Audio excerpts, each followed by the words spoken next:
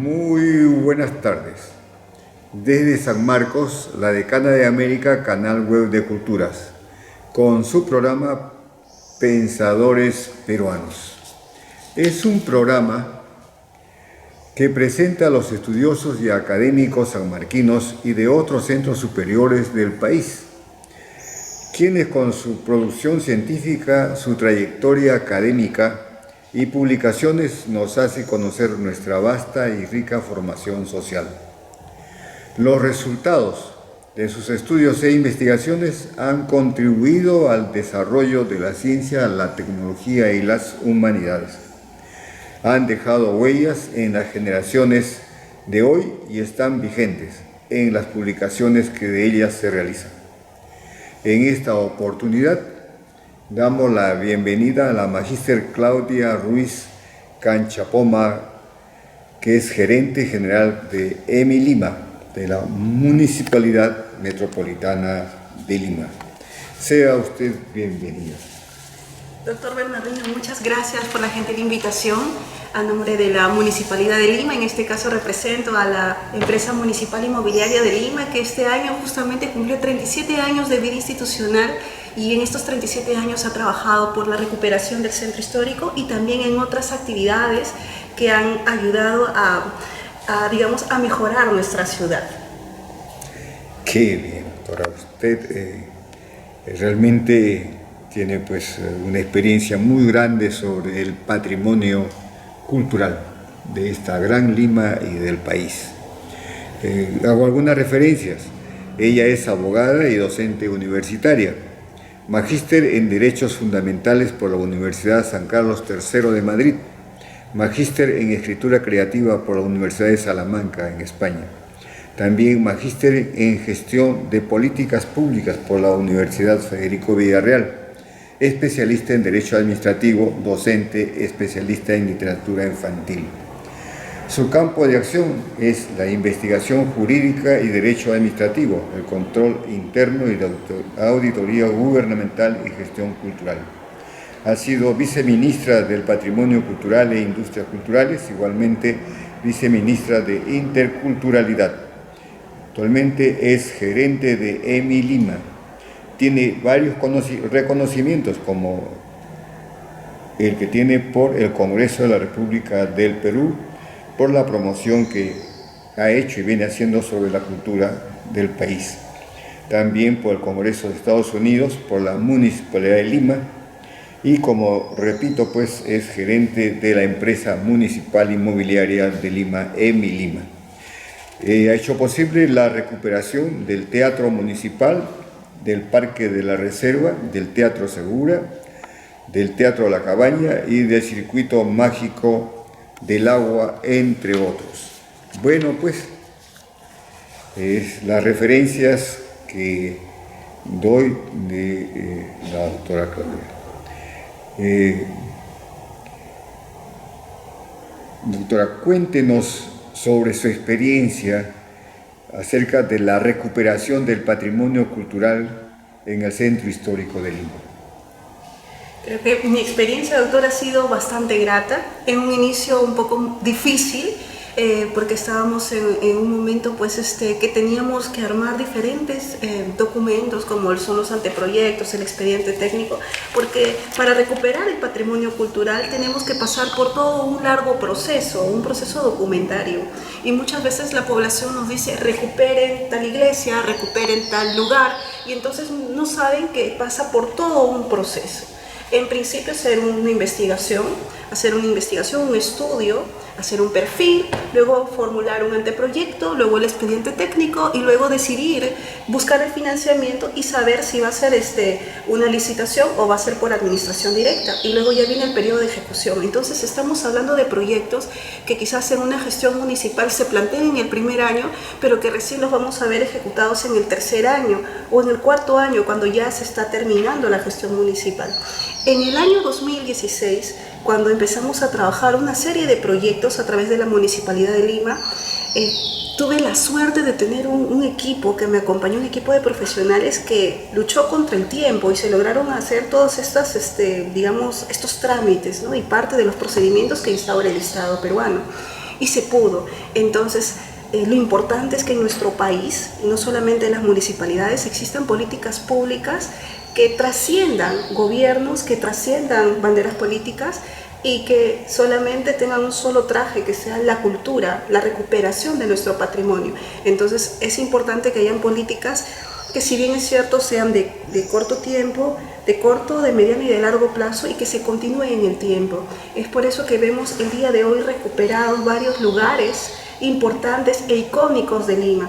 Por ejemplo, en mi Lima, en sus 37 años de vida institucional, lo que le ha dado a Lima entre las obras más importantes ha sido el Teatro Municipal, que es una joya arquitectónica, que es un orgullo estar allí, y conozco a todo el grupo de profesionales que trabajó allí y que también nos apoyaron ya en lo que fui también parte del equipo de la recuperación integral del Teatro Segura y de la Sala Alcedo. Entonces me siento muy orgullosa de haber sido un granito de arena, o haber aportado con un granito de arena en la recuperación del teatro, que hoy en día muchos peruanos pueden disfrutar, pero también agradecer en su momento que fue la voluntad del exalcalde de Lima, el señor Castañeda Locio, que en su momento le ponía ese corazón también a la recuperación en su momento del Teatro Segura. También recordemos la creación del Circuito Mágico del Agua del Parque de la Reserva, que ya este año ha cumplido 16 años, y también otras obras icónicas, y también como por ejemplo el primer programa de renovación urbana, que es La Muralla, que fue todo un éxito en su momento, la recuperación de la Manzana del Rastro con la construcción de este conjunto habitacional La Muralla, que en su momento también le dio trabajo a todos los pobladores y se completó todo el circuito. Se hizo la construcción, el financiamiento, se dio trabajo a todos los pobladores, y hoy en día es una realidad y un ejemplo de renovación urbana dentro del centro histórico. Doctora, en verdad para la población de Lima fue un golpe muy duro el incendio que sufrió el Teatro Municipal, ¿no? Y bueno, parecía irrecuperable, ¿no? Y ha pasado mucho tiempo, pero sin embargo hoy ya lo vemos pues totalmente renovado. ¿Podría usted contarnos cómo fue in situ o en directo esta recuperación del Teatro Municipal y también del Teatro Segura y la Sala Alcedo? Claro que sí. En el teatro, en cuanto a lo que es el Teatro Municipal, si bien es cierto, sufrió un duro incendio, y ya es en el año 2010 que se entrega a la ciudad, se inicia la recuperación, y en un tiempo récord, en no más de 2 años, se recupera este gran teatro que tiene 3 componentes importantes, lo que es la obra nueva, tiene la caja escénica y la etapa de restauración, que también fue hecha por Emi Lima en administración directa, y que congregó a los artistas más importantes en temas de restauración en nuestro país, y que gracias a ellos es una realidad de la que hoy muchos peruanos disfrutamos de este gran escenario.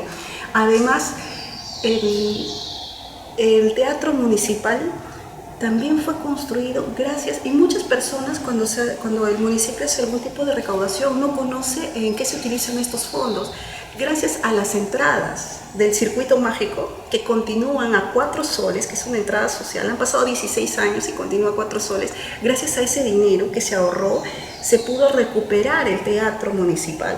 Entonces, digamos, las personas van a divertirse, pero gracias a ese dinero que se pudo recaudar, tenemos hoy en día el Teatro Municipal. Posteriormente a ello, siguiendo la reconstrucción del circuito cultural en nuestro país y principalmente en nuestra ciudad, se recupera el Teatro Segura y la Sala Alcedo. En el año 2015 se inician los preparativos, digamos desde el expediente técnico, la parte ya administrativa. Y es en el año 2017, a finales, que se hace ya una licitación pública para la parte de obra nueva y la caja escénica, porque la etapa de restauración fue hecha por administración directa. Todo el año durante el 2018. Ahí participaron muchos restauradores también del Cusco y de diferentes escuelas, quienes gracias a su gran arte y a la perfección que tienen en el trabajo de sus manos, hacían un trabajo muy detallista y también con investigación, pudieron realizar la etapa de restauración. Y también el componente de la caja escénica fue muy interesante cuando se planteó el proyecto, porque se reunieron distintos ingenieros y conocedores del tema, y entonces observaron cómo se manejaba la mecánica teatral y qué equipos la conformaban. Entonces, cuando se hicieron las especificaciones técnicas, se pidieron equipos del más alto nivel. O sea, no había lugar que pueda entrar un equipo, que puedan poner equipos de pésima calidad, no. En el Teatro Segura, y así pongo mis manos para decir y asegurar que tiene el mejor equipamiento, y en el tema de obra nueva se pudo lograr que el teatro, que era una edificación antigua, que databa de comienzos de 1900, pueda tener el día de hoy, al 2023, comodidad para los artistas, porque antes no se pensaba en ello. No se pensaba en camerinos que sean amplios o que tengan luz o que tengan comodidad. El día de hoy sí, uno entra al Teatro Segura y nuestros artistas tienen la comodidad de poder practicar, tienen salas de ensayo, camerinos y toda una edificación totalmente moderna, con accesibilidad, en la que pueden ellos desarrollar las diferentes manifestaciones artísticas, desde danzas, ballet, teatro, y todo ello en un ambiente totalmente confortable. Al igual que también se recupera la acústica de la Sala Alcedo. En la Sala Alcedo no se hizo una intervención integral. Lo que sí se hizo es una reparación y restauración integral, y también mejorando el sonido porque es acústico. Entonces se hizo un gran trabajo, del cual me siento muy contenta de que haya podido ser parte, como decía hace un ratito, con un granito de arena, estar a cargo de un grupo que fue maravilloso, y que hoy en día todos esos profesionales siguen desarrollándose en el ambiente cultural y protegiendo el patrimonio cultural. Doctora, entonces nosotros, todos los limeños y peruanos en general, estamos invitados a asistir al Felipe Pardo, ¿no? Que es uno de los mejores teatros del país, conforme usted nos ha mencionado, así que ya saben, todos los sanmarquinos y no sanmarquinos en general debemos ir a este teatro. Seguramente que vamos a tener unos momentos muy, muy agradables, ¿no? Y sobre todo conocer las diversas expresiones culturales que se dan en él. Doctora, ¿qué es lo que hace que estos teatros y los otros monumentos que usted ha mencionado y que se han rescatado, qué es lo que hace que sean considerados como patrimonio cultural, por ejemplo, de la ciudad de Lima sería, ¿no? Doctor, por ejemplo, para el reconocimiento de patrimonio cultural, el Ministerio de Cultura, que es el ente rector, realiza toda una evaluación se presenta un expediente y ellos van a evaluar si corresponde, por ejemplo, en temas arqueológicos, antropológicos, culturales, pero también debemos tener en cuenta que también se evalúa y se reconoce como patrimonio cultural aquellas expresiones también inmateriales. Entonces vamos a tener el reconocimiento de patrimonio cultural material e inmaterial. Por ejemplo, si yo he nacido en un pueblito y quiero que mi danza, la danza más importante de mi pueblo, sea reconocida como patrimonio cultural de la nación inmaterial, presentaré el expediente ante el Ministerio de Cultura y seguirá todo un proceso de evaluación. Y existe una dirección especializada encargada de ello, y que también existen muchos expedientes en cola, esperando también ese reconocimiento desde danzas, desde música y diferentes expresiones culturales. Y también, por otro lado, también la Dirección de Patrimonio Cultural Material, que reconoce, por ejemplo, si un ciudadano tiene una propiedad que es antigua y que considera que tiene los elementos de juicio o los elementos valorables para ser reconocido como patrimonio cultural, también presentarán ese expediente con una ficha técnica que será evaluado en su momento por la dirección competente. Doctora, usted nos ha hablado de este patrimonio, ¿no? Cultural, material, también del inmaterial. También creo que existe patrimonio natural, ¿no? Supongamos en esto del patrimonio material. También los gobiernos regionales podrían identificar y determinar cuáles son realmente los monumentos o las expresiones que pueden ser consideradas patrimonio de la nación. Lo que se ha visto, doctor, es que, por ejemplo, tanto el Congreso de la República como los gobiernos regionales hacen una declaratoria, pero digamos que el que tiene la competencia es el Ministerio de Cultura. O sea, ellos pueden hacer una declaratoria, sí, pero digamos que con otros fines. Por ejemplo, el Congreso de la República lo realiza como para poner énfasis en el cuidado de, por ejemplo, o la protección de tal monumento, pero la declaratoria de patrimonio cultural en sí lo hace el ente rector, Ministerio de Cultura. Bueno, sí, ese Ministerio de Cultura, ¿no?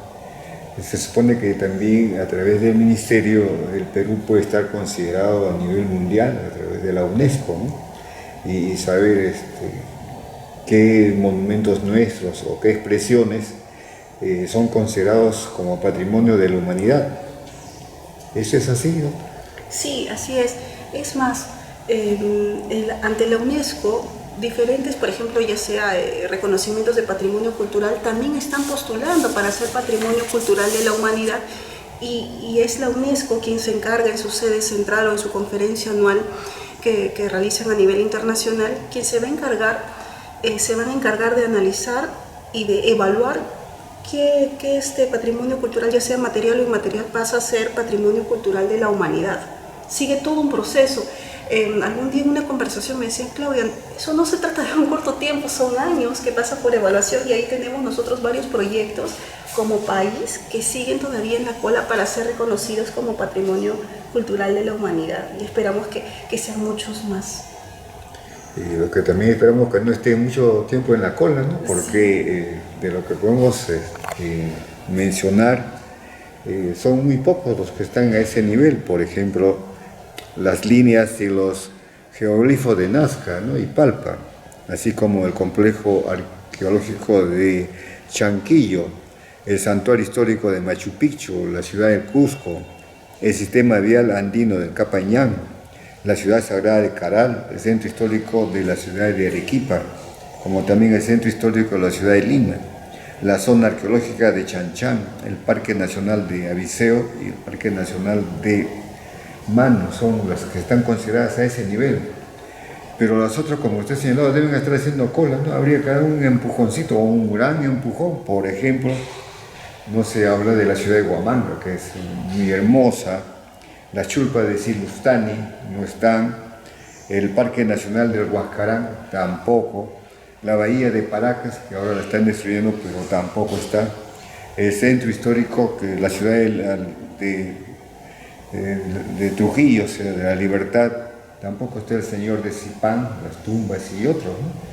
Yo creo que ahí nuestros funcionarios, los que están a cargo de ver este asunto del patrimonio cultural peruano, para que a ese nivel mundial también puedan ser declarados patrimonio cultural de la humanidad, ¿no? Creo que ahí hay un gran trabajo por hacer.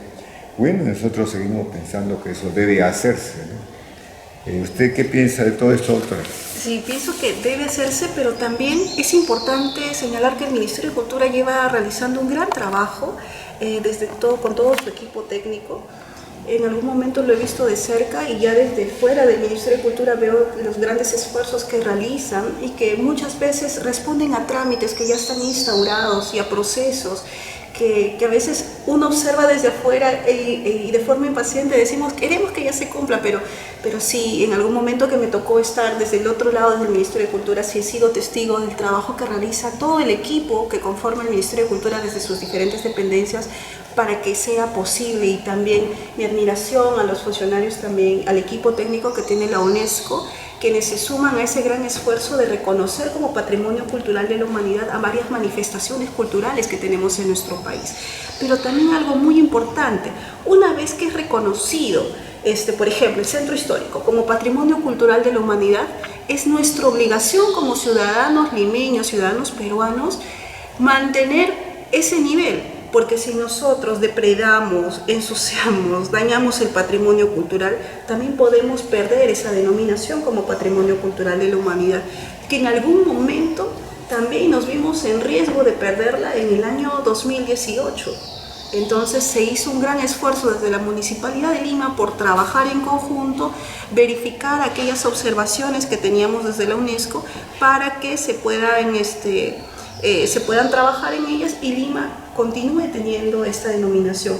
Al igual que, por ejemplo, el Machu Picchu, que si no lo cuidamos, y es responsabilidad no de los funcionarios, no de las entidades públicas, sino es responsabilidad también de todos los peruanos y de todos los visitantes, tener el cuidado debido cuando usamos las instalaciones, cuando visitamos el Machu Picchu.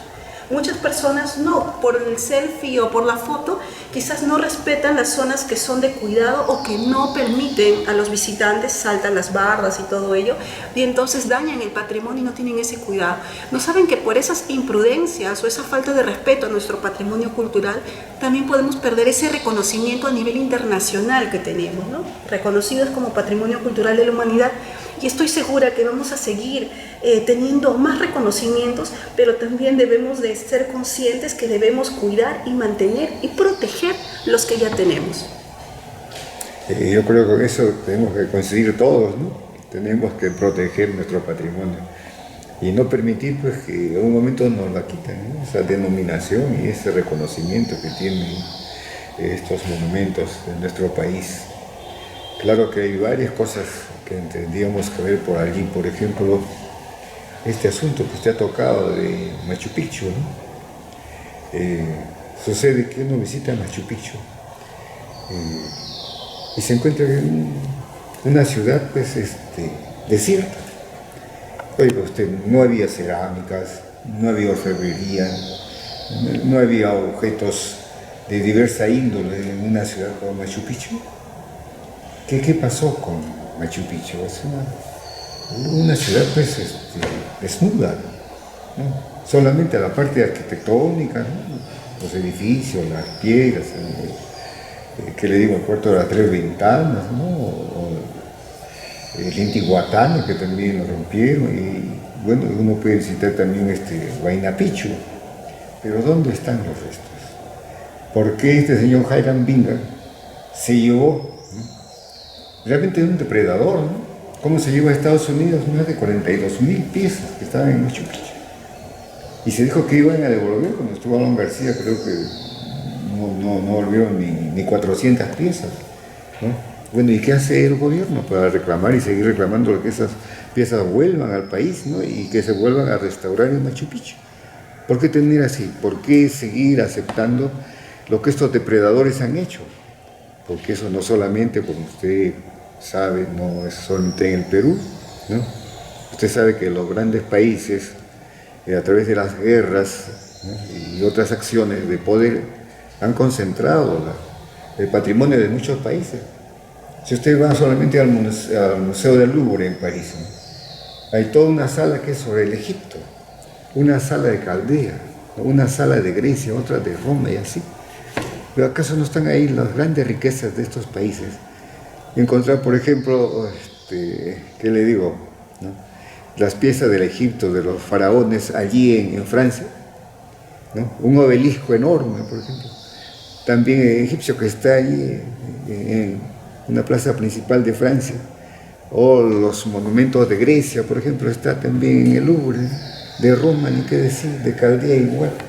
Bueno, ¿y eso por qué se mantiene? Yo creo que deben de hacer que se haga un trabajo de devolución y rescate de nuestras riquezas culturales para tenerlos nosotros, ¿no? Sí, comparto totalmente su opinión, doctor.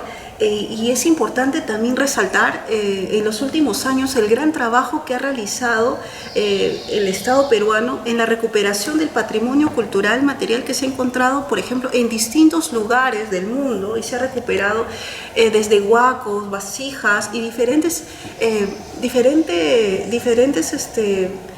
digamos, manifestaciones culturales, desde nuestra cerámica, en piezas también de oro y diferentes materiales que el Estado peruano ha recuperado en los últimos años. Pero también tengamos en cuenta que es reciente toda esa ola de protección al patrimonio cultural a través de diferentes normativas, porque antes no había muchas leyes que protejan el patrimonio cultural. Entonces, digamos que se marca un hito importante a partir de los años 80 en protección al patrimonio, se dan los primeros indicios, y posterior a ello, ya en el año 2010, con la creación del Ministerio de Cultura, porque recordemos que antes era el Instituto Nacional de Cultura y pertenecía al Ministerio de Educación. pero ahora ya cobra mayor importancia. Entonces ya tenemos la ley del patrimonio, la Ley General de Patrimonio Cultural, tenemos otras normas que protegen al patrimonio y también existen normas y también, digamos, la costumbre a nivel ya global de proteger el patrimonio y que el patrimonio regrese a su lugar de origen. Y es por ello que el Estado peruano realiza denodados esfuerzos por recuperar el patrimonio que se encuentra en diferentes partes. Todavía no ha sido un trabajo total, de repente nos falta como peruanos, pero por eso se invoca a todos aquellos que son parte, ya sea de los diferentes niveles de Estado, que son parte de la recuperación y de la protección del patrimonio cultural, que se sumen en este esfuerzo por protegerlo. Quizás al momento no podemos repatriar o traer todo aquel patrimonio que tenemos que está en diferentes países, pero empecemos por casa, empecemos a proteger nuestro patrimonio, empecemos a enseñar a los niños, a los jóvenes, a proteger el patrimonio. Por ejemplo, hace unos años atrás, yo también soy docente y entonces veía que en una de las huelgas que realizaron, a través de Milima se había recuperado el eje peatonal Ucayali, y habíamos hecho muchos esfuerzos con el tema de las pinturas, recuperar y todo eso.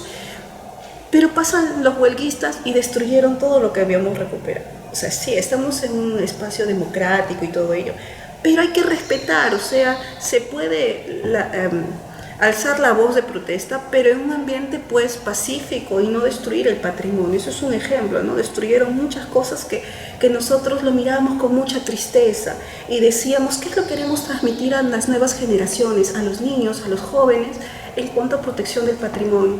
Y así nace la idea de crear un fondo editorial que cuente historias para niños y que hable sobre Barrios Altos, hable sobre Santa Beatriz, sobre el centro histórico, a través de historias divertidas que involucren a las nuevas generaciones a conocer nuestro patrimonio. Entonces nosotros decíamos, uno no ama lo que no conoce, entonces debemos conocer el patrimonio cultural que tenemos en el centro histórico para protegerlo y cuidarlo. Y entonces es un llamado a toda la población a que conozcamos parte de nuestro patrimonio, a que conozcamos nuestro patrimonio cultural y que lo protejamos y que lancemos ese mensaje, que es un mensaje de unión y también un mensaje de revaloración y también de identidad, como parte de nuestra identidad, cuidar nuestro patrimonio cultural. Efectivamente, doctora. Nosotros venimos observando cómo cada vez se instruye o se ilustra menos a nuestros alumnos sobre el patrimonio cultural peruano. Lo que usted ha señalado, por ejemplo, de la destrucción, ¿no?, de lo que se venía haciendo en el Jirón Ucayali, bueno, es porque la gente no conoce el centro histórico de Lima y no sabe su historia. Por ejemplo, el convento de los dominicos, que es hermoso, o la casa de San Bela, o el convento de los agustinos, o el convento de los franciscanos y el templo de San Francisco, que es hermosísimo, aparte de la catedral, no visita, ¿no? Y la de San Pedro tampoco, ¿no? Y también los mercedarios, vea usted, ¿no? Entonces no conoce, pues, ¿qué va? Como usted decía, ¿qué va a cuidar, defenderse? No conoce ni forma parte de ellos, ¿no? ¿Por qué? Porque también en los planes de estudio se han eliminado estas partes de la historia, ¿no? Ahora en educación básica solamente se estudia ciencias sociales, pero no cosas así, tan específicas y tan necesarias que nuestra población debe conocer, ¿no? Y así estamos observando pues cómo nuestro patrimonio tiene que conservarse como esta vieja casona, que así la llamamos, pero es centro cultural que tiene San Marcos, ¿no? Es una joya monumental aquí en el centro de Lima, ¿no? Son cuántos años que tiene la universidad, ¿no? Desde 1551 hasta la fecha, y tampoco pues conoce la población en general. Necesitamos difundir mucho más, doctor. Usted nos estuvo hablando del patrimonio cultural inmaterial, ¿no? Inmaterial, es decir, que aquello que no podemos trasladar de un lugar a otro, ¿no?, pero que está en la mente, en el pensamiento, en la reflexión de las personas. Por ejemplo, la música. ¿Quién se acuerda hoy, por ejemplo, de Felipe Pingroago? Uno de los grandes bates, o en todo caso, muy pocos hablan de Vallejo, ¿no? ¿Quién ve, por ejemplo, en estos días la música, por decirle solamente, de Jesús Vázquez, ¿no? O de la Pastorita Guarací, o del Jilguero de Huascarán, ¿no? Y así otros, ¿no? Como Nelly Munguía, la música yacuchana, la puneña, la arequipeña, en fin. Son patrimonio inmaterial, ¿cierto? Y así hay fiestas costumbristas, ¿no?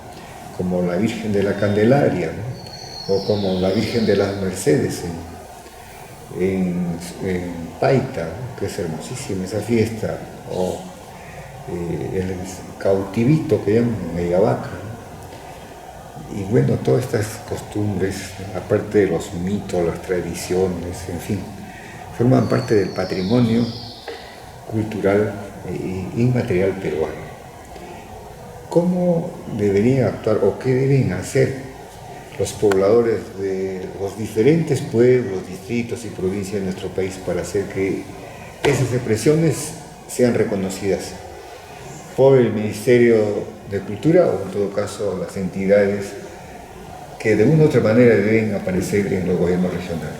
Claro, realmente la investigación, de repente un ciudadano de a pie puede realizarlo, pero tiene que contar con el sustento histórico, o todo aquello que sustente que debe ser reconocida esa manifestación o esa expresión cultural como patrimonio cultural inmaterial de la nación.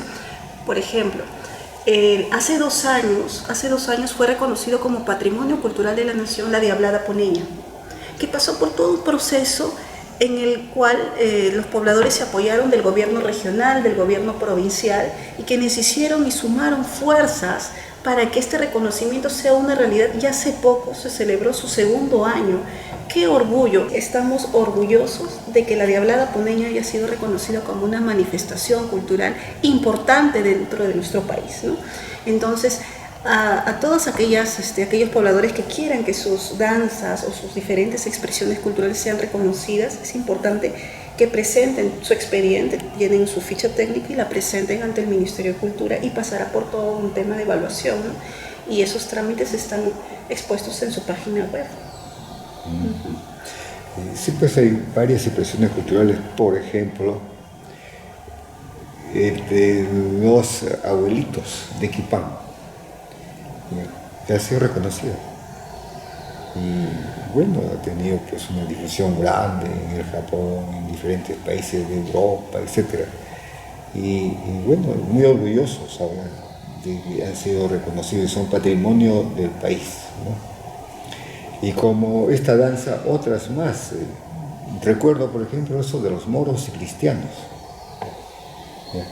La gente dirá, pero ¿qué tiene que ver moros y cristianos en el Ande peruano? Sin embargo, fue una forma, digamos, cultural, ideológica que utilizaron los españoles para conquistar el Perú. Y hoy se representa en diferentes lugares del Perú esta danza de moros y cristianos.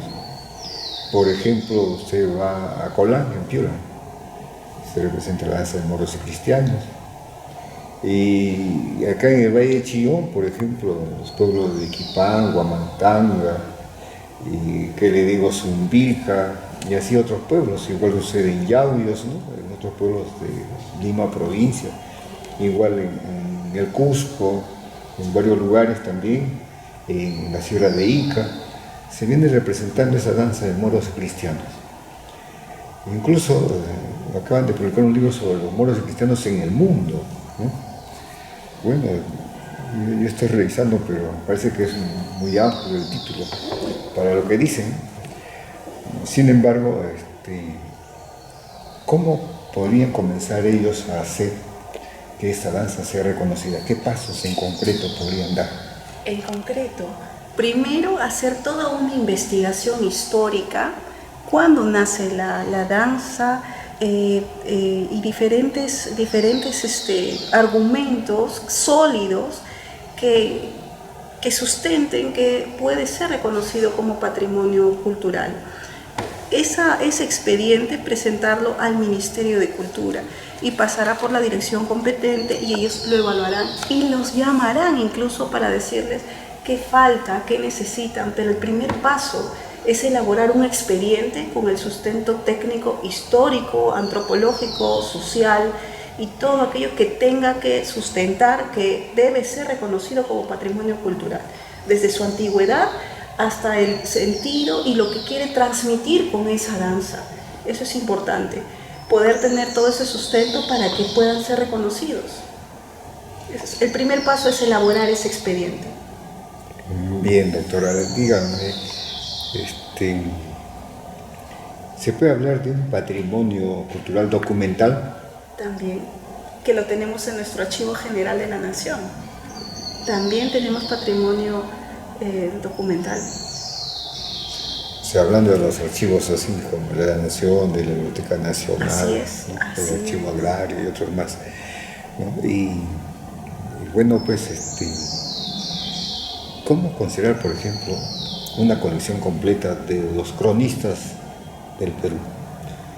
Tanto lo que llaman pre-toledanos, toledanos o post-toledanos en la clasificación que hizo Porras, ¿no?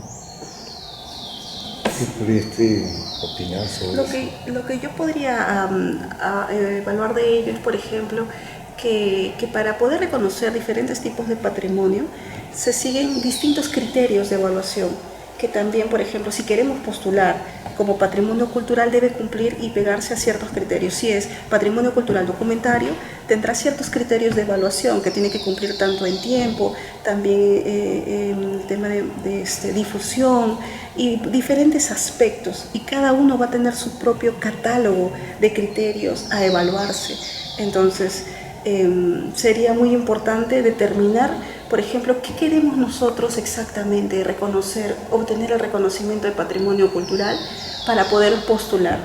Y sobre todo saber que tenemos la asistencia técnica de la Dirección de Patrimonio Cultural, Material e Inmaterial para todo ello y que existen grandes profesionales que aman la cultura y que nos van a apoyar en ello. Entonces sería importante difundir porque muchos no saben que existen organismos competentes que nos pueden apoyar en ello y en este caso pues es el Ministerio de Cultura a través de las direcciones que acabo de mencionar, ¿no? Pero siempre empezando con nuestro expediente técnico que tenga todo el sustento documentario y argumentos sólidos para su reconocimiento.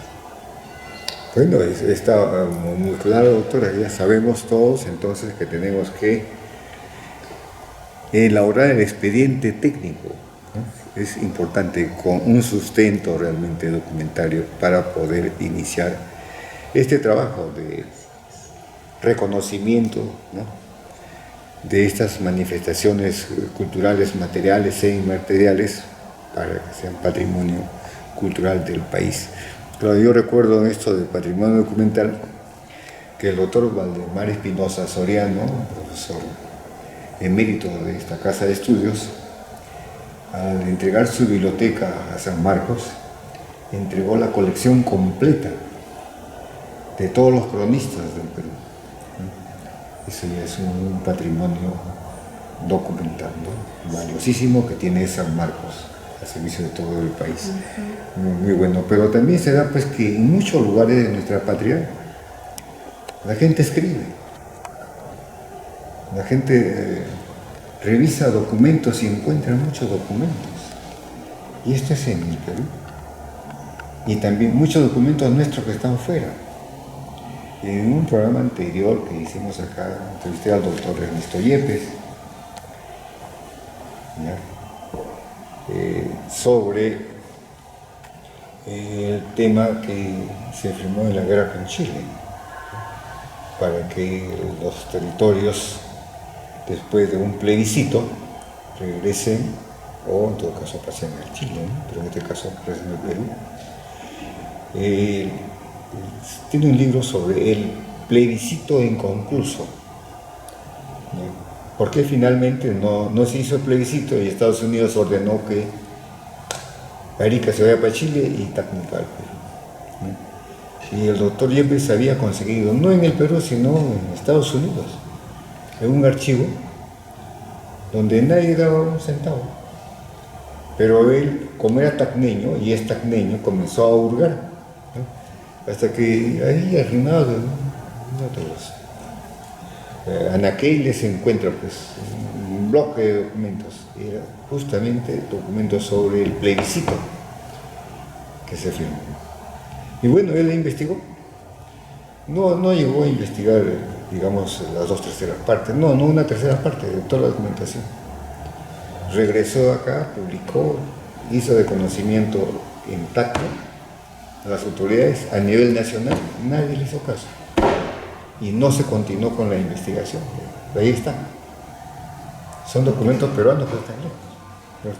Y que deberíamos traerlos al Perú, deberían estar acá en nuestro país. Nadie quiso financiar eso. Así están nuestros recursos, están nuestros documentos perdidos en otros lugares que habría que ver la forma como se los trae, como también tantos buenos artículos que hubo de Machu Picchu, ¿no? Así es, y también como lo extenso que es nuestro país, deben haber también muchos lugares que también deberían ser considerados como patrimonio cultural de la nación, pero que también podrían haber lugares que todavía no se conocen y no se dan a conocer a nivel público, y que todavía de repente algunos ciudadanos, algunos pobladores los están resguardando.